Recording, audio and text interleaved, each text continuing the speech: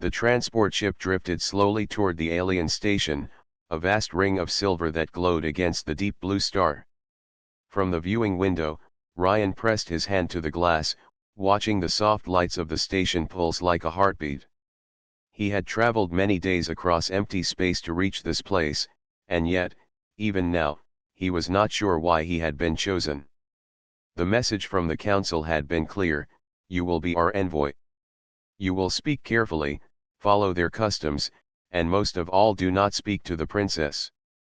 Ryan remembered those words again and again as the ship connected with the docking port. He was not a soldier, not a high officer. He was an ordinary envoy, skilled in languages and simple negotiations. Perhaps, he thought, that was exactly why he was chosen, because he would not appear as a threat. The airlock opened with a slow hiss. Beyond the gate stood tall figures dressed in flowing garments that shimmered like water. Their eyes were bright, their skin pale as glass touched by starlight. These were the royal attendants of the alien court. They bowed slightly, and one of them spoke in a voice like music. "Welcome, human envoy. The court is honored by your presence." Ryan bowed in return, trying not to show his unease. The corridors were long and filled with glowing crystal veins that lit the walls. He walked between the attendants, listening as their soft shoes clicked on the polished floor. Everything was silent except for that sound, as though the whole station held its breath. They brought him to a great hall where the ceiling arched high above, painted with shifting stars. At the far end sat the king, his figure calm and distant on a raised throne of silver and light. Around him, noble advisors stood in silence. Ryan stepped forward and gave a respectful bow. The king's voice was calm, but firm. "Human, you are welcome here. You will stay in the guest chambers. You may observe our customs, but you must not interfere. And one rule you must never forget: do not speak to the princess, nor to her daughter. This law is old, and it must be obeyed." The words echoed in the hall, and Ryan felt them sink deep into his mind. He bowed again, giving no sign of confusion, though inside he wondered. Why such a law? Why forbid even a greeting? The ceremony ended quickly. The attendants led him away to his quarters, a chamber soft with pale light and smooth walls. A window opened out to the stars, and for a moment, he stood there, staring at the endless blue glow of the giant star. He thought again of the princess. He had not seen her yet, only heard her name spoken like a warning. Perhaps she lived in a tower deep within the station, hidden from all eyes. Perhaps she was dangerous, or perhaps she was only a shadow of old fears. Whatever the reason, the rule was strict, and he knew he must obey for now. The days that followed were quiet. Ryan walked the crystal gardens, where the trees shone softly like frozen light. He dined with the court nobles, speaking carefully, answering their questions about human ships, about human cities, about the oceans of Earth. The nobles listened with polite smiles but always kept a distance, as if a wall of silence stood between them. At night, Ryan returned to his chamber, writing notes in his log. "They are a proud people," he wrote. "They speak with calm words but hide their thoughts. The silence is heavy here, as though something waits behind every door." It was on the fourth evening that he first felt a gaze upon him. While walking through a long corridor lined with crystal torches, he turned his head and saw a figure far away at the end of the hall. A slender form stood in the shadow, watching. For only a moment he caught a glimpse, eyes bright, hair like silver thread, a presence both quiet and strong. Then the figure was gone. Ryan paused, his breath caught in his chest. He did not need to ask who it was. Somehow, without being told, he knew. The princess. Her presence lingered in his mind long after she disappeared. He remembered the council's warning again: do not speak to the princess. But now the rule felt less like protection and more like a mystery. Why would they hide her? Why forbid even a word? He tried to rest that night, but sleep was slow to come. He could not shake the feeling that the princess's gaze had carried something more than curiosity. It had carried a question, silent yet powerful, waiting for an answer. And Ryan knew, though he tried to deny it, that this silence would not last forever. The mornings on the alien station began with a gentle chime that echoed through the halls. Ryan often woke before the sound, standing by the window in his chamber, watching the giant blue star pour its light across the horizon of the station. He always found it strange how silent everything was here. Even in a place filled with so many people, voices were hushed, footsteps soft, and laughter almost never heard. The attendants came each day to guide him through the court's routines. They spoke politely, though their words felt practiced, as if they had been trained to repeat them. They showed him the great halls, the dining chambers, and the gardens that shimmered with crystals. Yet in all those places, he always felt eyes following him. At first, Ryan thought it was his imagination. But the more he moved through the court, the more he noticed the glances. Nobles in flowing robes would pause mid-conversation when he entered. Servants carrying trays of glowing fruit would slow their steps, watching him from the corner of their eyes. Even the guards, standing silent and still, seemed to follow his every move with their gaze. He was an envoy, not an intruder.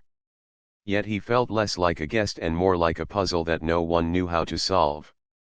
One evening, during a formal meal, the feeling became even clearer. The nobles sat at long tables under a dome filled with shifting constellations. The king spoke only a few words of welcome, and after that, silence ruled the gathering. Dishes of shining fruits and soft breads were served, but little conversation followed. Ryan ate slowly, trying to observe their customs, but he could not ignore the stares. When he lifted his cup, he noticed a group of advisors at the far end of the table whispering together. Their eyes flicked to him, then away again. He smiled politely, but they offered no smile in return. He felt like a shadow in their world, present, but never truly invited. Later, as he left the hall, he caught sight of a small figure hiding behind one of the crystal pillars. It was the young daughter of the princess. Her wide eyes were fixed on him, bright with curiosity. She peeked out, then quickly hid again when she saw him looking. Ryan paused, his heart beating a little faster.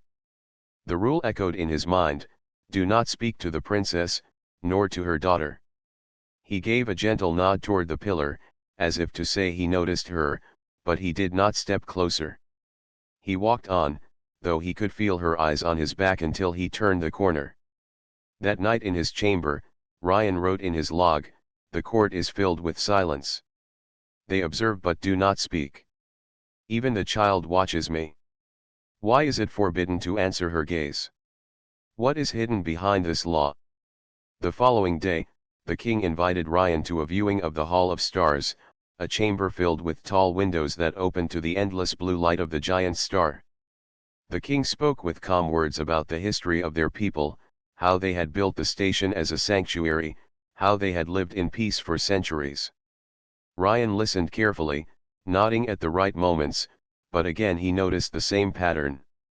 The king spoke, the nobles observed, and when he gave his own words in return, they accepted them politely but distantly, as if his voice could never reach their true thoughts. But behind them, near the edge of the hall, Ryan noticed her again. The princess. She was standing in silence, her face calm and unreadable, her silver hair glowing in the star's light. She did not approach, but her eyes never left him. It was not the cold stare of suspicion. It was not the polite smile of the nobles. Her gaze carried something different, something searching, almost questioning. And once again, beside her stood her daughter, who leaned forward with eagerness, as if waiting for him to do something. Ryan lowered his eyes, remembering the warning. He could not speak to them. He could not even offer a greeting. Yet inside him, a question stirred louder and louder: why am I forbidden, when they are the only ones who seem to truly see me? The king dismissed the gathering soon after, and the nobles drifted away like silent waves. Ryan remained for a moment longer, gazing at the star through the window. He felt a strange mixture of pride and loneliness. He had been chosen to represent his people, yet he was bound by rules he did not understand. As he turned to leave, he glanced once more at the far side of the hall. The princess and her daughter were still there. The daughter lifted a small hand, almost like a wave, before her mother gently lowered it. The two figures disappeared into the shadows, but their silent gesture stayed with him. Back in his chamber, Ryan could not rest. He sat by the window, the giant star burning in the distance, and whispered to himself, "Silent watchers, silent questions, how long before silence breaks?" He knew he should not want it. He knew the council's orders were firm. But deep in his heart, he felt certain sooner or later, the princess and her daughter would not remain silent. They would reach out. And when that moment came, he would have to decide whether to obey the rule, or answer. The days moved slowly in the alien court. Ryan followed the same routine, attending meals, walking through the crystal gardens, and listening to the nobles speak politely without ever truly speaking their hearts. Every hour seemed measured, every action controlled. Yet behind that silence, Ryan felt something building, something unseen. On the sixth evening of his stay, after returning to his chamber, he found something strange waiting at his door. It was a folded piece of thin crystal sheet, glowing faintly in the dim hallway light. Someone had slipped it beneath the door. Ryan bent down, picked it up, and carried it inside. He placed it under the lamp, where the surface reflected gentle colors. When he unfolded it, his breath caught. It was a drawing. Simple lines, almost childlike, carved with a soft hand. Two figures stood side by side. One was tall, with broad shoulders, the figure of a human. The other was slender, with flowing hair, the clear shape of one of the alien people. Between them, the two figures held hands. At the corner of the page was a small mark, not words but a symbol. It looked like the playful mark a child might leave instead of a name. Ryan stared at it for a long time. His heart grew warm and uneasy at the same time. He already knew who had left it. It could only be the princess's daughter.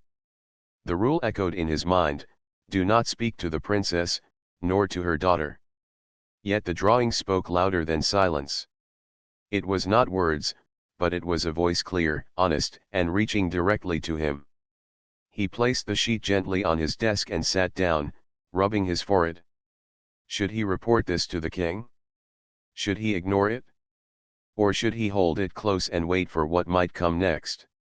That night, Ryan did not sleep well. The drawing seemed to glow in the darkness, whispering questions into his mind. The following day, the court gathered for another ceremony. This one was smaller, held in a chamber where crystal trees grew around a pool of clear water. The nobles stood in circles, their robes glowing faintly as they spoke in hushed tones. Ryan stood at the edge, watching. He answered a few questions from the advisors about human history, about ships, about the oceans of his world, but his heart was not fully with the conversation. His thoughts kept drifting to the folded sheet waiting back in his chamber. And then, across the chamber, he saw her. The princess stood near the far wall, quiet as always, her silver hair flowing like light. Beside her stood her daughter, who peeked out from behind her mother's robes. For a brief moment, the girl's eyes met his. She smiled, small, shy, but real. Then she quickly looked down when her mother placed a gentle hand on her shoulder. Ryan looked away, forcing his face to remain calm. But inside, his heart was unsteady. The child's smile was the same voice he had seen in the drawing, open, curious, reaching out. When the ceremony ended, he left the chamber quietly. As he walked back to his quarters, he felt again the weight of many eyes following him. But this time, it was different. He no longer felt only like a stranger. He felt chosen. That night, when he returned to his chamber, he found another surprise. On the desk lay a small object, placed carefully where he could not miss it. It was a tiny crystal flower, carved with care. The petals shimmered faintly, catching the light. Beside it lay no note, no signature, only silence. Ryan held it gently in his hand, turning it between his fingers. It was too delicate to be from a noble, too personal to be from an advisor. He knew the truth without needing to ask. The child had left it? And if she had left it, then the princess must have known. The gesture was small, but it carried a message louder than any spoken word: "We see you. We trust you." Ryan sat by the window, the crystal flower in his hand, staring out at the endless stars. He felt the weight of his orders pressing against his chest. Do not speak to the princess, nor to her daughter. But he also felt the quiet strength of the gift. It was not an accident. It was not random. It was a choice. They had chosen to reach out to him, even when the entire court remained silent. For the first time since arriving, Ryan no longer felt like a visitor walking through empty halls. He felt like someone standing on the edge of a secret, one that no one else dared to touch. He placed the flower beside the drawing on his desk. Two small tokens, fragile yet powerful, waiting for an answer. And as he looked at them, a thought formed in his mind, firm and steady: the silence will not hold. The first gesture has been made. The court's routines did not change. Every day was measured with calm meals, silent ceremonies, and careful words spoken by nobles who always kept their distance. To anyone watching, Ryan's days seemed quiet and ordinary. But inside, everything was changing. On his desk, he kept the two tokens, the drawing and the crystal flower. He hid them from the attendants who cleaned his chambers, but he often looked at them late at night. They reminded him that the princess and her daughter had already broken the silence, even if no one else knew. And soon, the silence broke again. It happened on a quiet evening. The station's halls were dim, lit only by the soft blue glow of the star. Ryan had left the dining hall early, preferring a slow walk back to his chamber instead of staying among nobles who barely spoke to him. As he passed through the crystal gardens, he heard a soft sound of footstep behind him. He turned. The princess's daughter stood there, small and bright-eyed, her silver hair shining faintly in the garden light. She looked nervous, her hands clasped together. For a long moment, she simply stared at him, as if deciding whether to run away or stay. Ryan's heart raced. The rule was clear: do not speak to the princess, nor to her daughter. But here she was, standing in front of him. Before he could react, the girl whispered one word. "Hello." The voice was soft, almost trembling, but it was clear and real. It was the first true word spoken to him without formality, without distance, since he had arrived. Ryan froze. His mind told him to stay silent, to obey the order, but his heart wanted to answer. He opened his mouth slightly, then stopped when he noticed a shadow behind her. The princess was there. She stepped forward quietly, her presence graceful and strong. Her silver hair framed her calm face, and her eyes shone with something Ryan had not seen before: fear and hope together. For a long moment, no one spoke. The garden was filled with silence, broken only by the faint hum of the station's engines. Finally, the princess raised her hand, resting it gently on her daughter's shoulder. Then she spoke, her voice low and steady. "Help." The single word struck Ryan harder than 100 speeches. It was not a greeting, not a command. It was a plea. Ryan's throat tightened. He wanted to ask questions, but he remembered the law, the order that bound him. He was not allowed to speak to her. And yet she had spoken to him. The princess studied his face, as if searching for an answer. Her daughter looked up at him too, her eyes wide, waiting. Ryan took a slow breath, choosing silence, though every part of him longed to reply. The princess seemed to understand. She lowered her hand, her voice quiet but firm. "They will not listen," she said softly. "But you see us." Her words carried weight. They were not spoken with anger, but with the sadness of someone who had been ignored for far too long. The daughter stepped closer, holding something small in her hands. She opened her palms to show him a folded sheet of crystal, another drawing. This time, it showed not two figures, but three, the child, the princess, and Ryan. Ryan felt the air grow heavy. This was no longer a child's game. This was trust. The princess looked at him again, her eyes steady. "There is truth hidden here. Truth they forbid us to speak. If you listen, you will see. If you answer, you will choose." Then, with quiet grace, she turned, guiding her daughter away into the shadows of the garden. Ryan stood frozen, the drawing still warm in his hand. His mind was filled with questions, but none of them had answers. Why had they chosen him? What truth was hidden in this court? And why was it forbidden to even speak to them? Back in his chamber, Ryan placed the new drawing beside the others. He stared at the three figures on the page, his heart pounding. The warning of the council echoed in his mind: "Do not speak to the princess."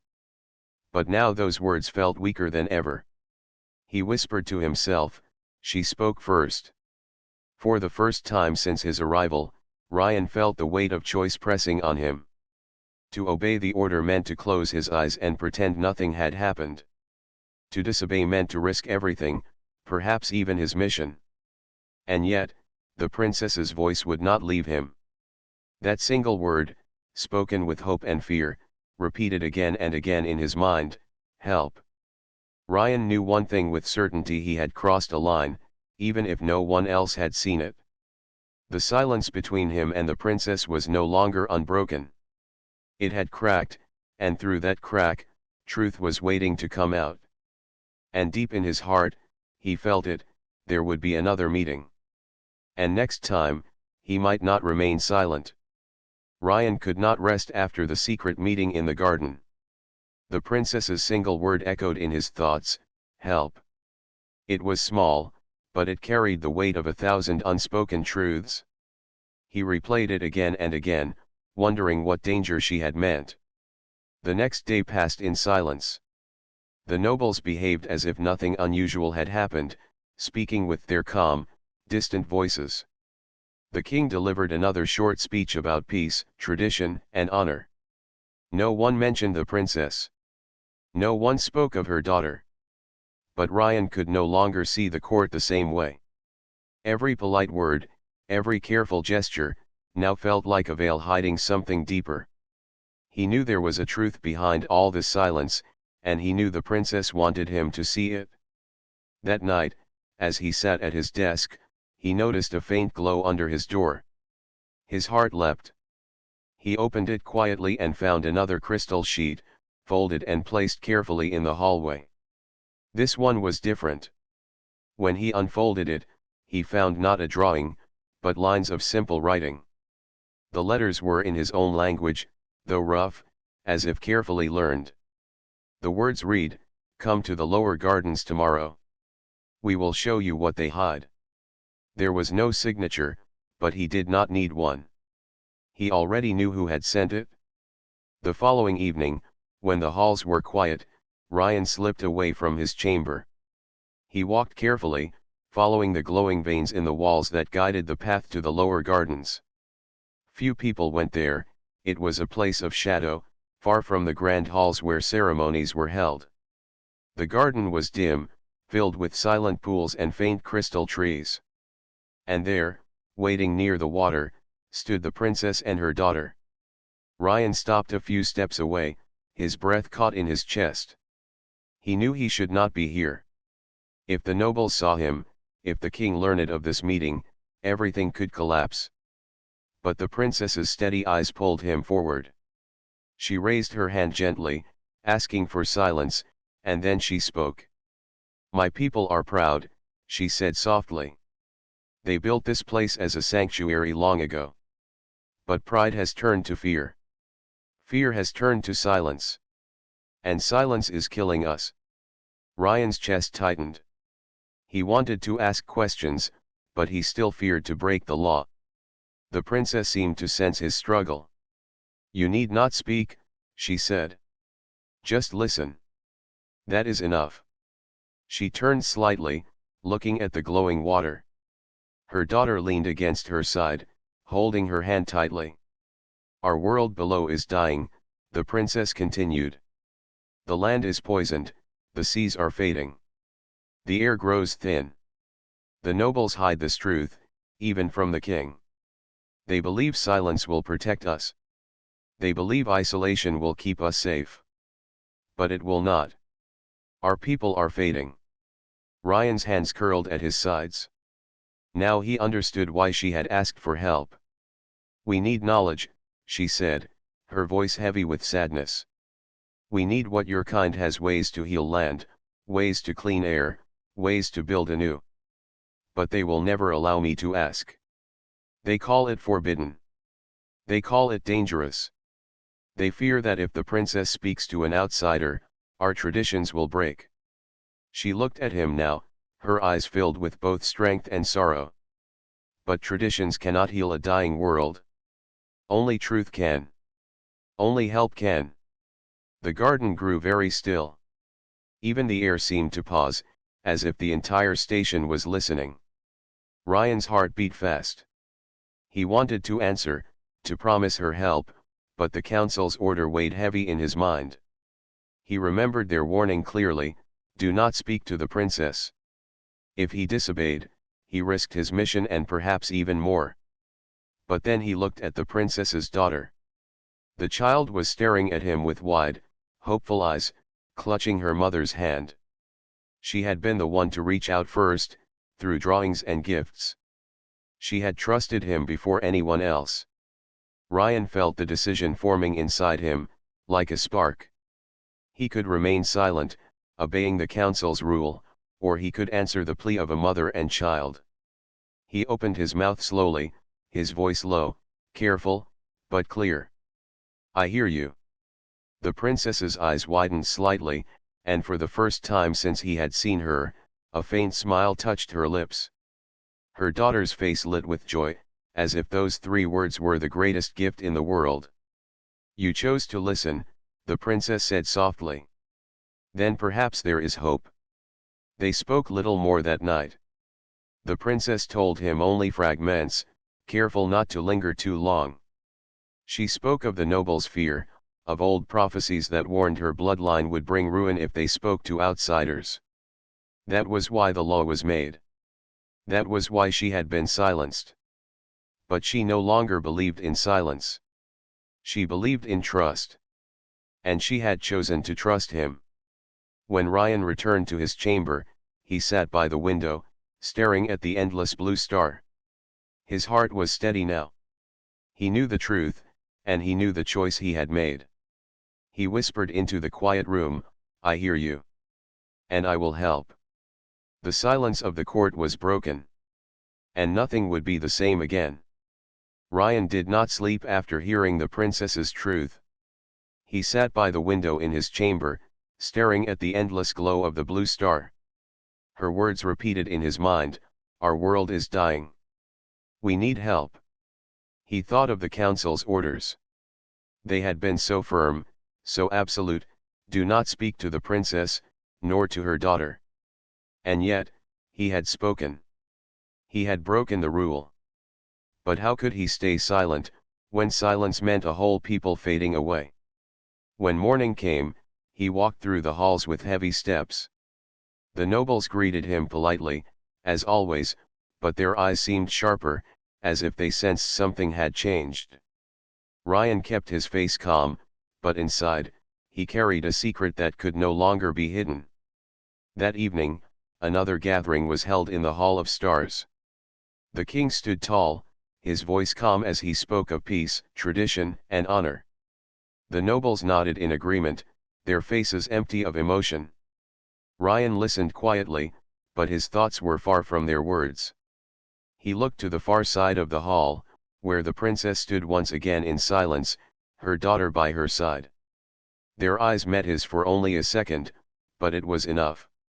He remembered the crystal flower, the drawings, the plea in the garden. And he knew, the time for silence was ending. Later that night, the princess sent another message. This time, it was not left at his door but carried by her daughter, who slipped into the corridor outside his chamber. She handed him a folded sheet of crystal and whispered, "Tonight." Then she ran back into the shadows before anyone else could see. The message was simple: meet us in the quiet hall. Bring no one. Ryan hesitated only for a moment. He knew the risk. If the nobles discovered the meeting, they would not forgive him. But he also knew this might be the moment that decided everything. The quiet hall was an abandoned part of the station, filled with fading lights and silent air. Ryan entered carefully, his footsteps echoing softly. The princess was waiting there, her daughter at her side. She wore no crown, no royal robes, only a simple garment of silver cloth. Without the weight of ceremony, she seemed not like a distant figure of power, but a mother carrying the burden of her people.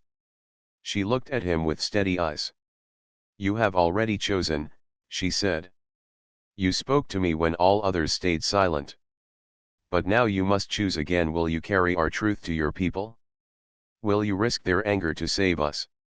Ryan felt the weight of her words press deep into him. To carry their truth meant more than just breaking the council's order. It meant standing against fear, against silence, against tradition older than memory. "What if they refuse?" he asked softly. The princess's daughter stepped forward before her mother could answer. She held his hand gently, her small fingers warm against his. "Then at least you tried," she said. Her voice was quiet, but it was enough. Ryan's choice was clear. "I will not stay silent," he said. For the first time, the princess bowed her head. Not as a queen, but as someone showing gratitude. "Then you carry more than our hope, you carry our future." The next day, Ryan stood before the king and the nobles. The Hall of Stars was filled with silence as he stepped forward. His heart pounded, but his voice was steady. "Your Majesty," he said, "I have listened. I have seen. And I cannot remain silent. Your world is dying. Your people need help. Humanity can give it, but only if you let us." The nobles gasped softly, their calm faces breaking into shock. Whispers filled the chamber like a rising storm. The king's eyes narrowed, his expression unreadable. "You spoke to her," the king said slowly. "To the princess?" Ryan bowed his head. "Yes. She trusted me. She told me the truth you keep hidden. And I choose to honor that trust." The hall grew tense, the air heavy with silence. Some nobles turned away in anger, others in fear. But the princess, standing at the far side of the hall, lifted her chin. For the first time, she stepped forward into the open. "My voice is not a curse," she said firmly. "It is a plea. We cannot survive alone. We need help, and this human has the courage to hear what you would not." Her daughter stepped beside her, lifting her small hand high as if to show the entire court that silence was broken forever. The king looked between Ryan, the princess, and the gathered nobles. His face was still calm, but his silence spoke louder than words. The court was no longer united. The old law had been broken. And Ryan knew, in that moment, that nothing in the station would ever be the same. He had made his choice. He had spoken. And now, the future would unfold from that single act of courage. The Hall of Stars had never been so restless. The nobles whispered fiercely among themselves, robes shifting like waves of silver. Some faces showed anger, others worry, and a few, though very few, held quiet wonder. The old silence, once unbroken, had been shattered, and no one knew what would happen next. Ryan stood steady at the center of the hall. He had spoken openly, breaking the order of both the council that sent him and the law of the alien court. His voice had carried the truth, and there was no turning back. The princess stood at his side now, no longer hidden behind walls of tradition. Her silver hair glowed in the blue light of the star. Beside her, her daughter held her hand, looking bravely at the nobles who had always silenced them. The king's eyes moved across the chamber, studying the scene. At last, he lifted his hand, and the hall grew quiet once more. His voice was calm, but heavy with meaning. "The law has been broken," he said. "A human has spoken where no one should. The princess has answered when she should have been silent. The court is divided." Whispers returned, filling the chamber like a storm about to break. But then the king's gaze settled on Ryan. His eyes, old and thoughtful, seemed to search deeply into the envoy's heart. "Tell me, human," the king said slowly. "Why do you risk yourself for us? Why not obey your own kind and remain silent?" The hall went still again. All eyes turned toward Ryan. He took a breath, steadying himself. "Because silence does not heal," he said. "Because fear cannot save your world. And because your princess and her daughter had the courage to trust me, when no one else would. I could not turn away." For a long moment, no one spoke. The nobles looked uncertain, torn between anger and curiosity. The princess's daughter squeezed her mother's hand, her eyes bright with hope. Finally, the princess lifted her voice, strong and clear. "You made a law to protect us," she said to the court. "But your law has become a prison. Our world is dying while you cling to silence.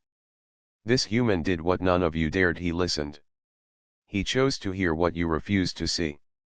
Her words cut through the hall like light breaking through shadow. The nobles shifted uneasily, and for the first time, some lowered their heads, as if ashamed. The king closed his eyes for a moment. When he opened them, his voice was softer. "Perhaps we have feared too long," he said. "Perhaps silence is no longer strength, but weakness." The princess bowed her head slightly. "It is not weakness to seek help," she said. "It is wisdom. And this envoy carries the wisdom of his people. If we accept it, we may yet live." The hall grew quiet again. And slowly, carefully, the king gave a single nod. "Then let it be so." The silence ends. The days that followed were unlike anything the court had ever seen. Where once the princess had been hidden, she now walked openly among her people. Where once the nobles had spoken only in whispers, they now began to ask questions. And at the center of it all was Ryan, the envoy who had broken the silence. He met with advisors, showing them simple methods of healing land and air from human worlds.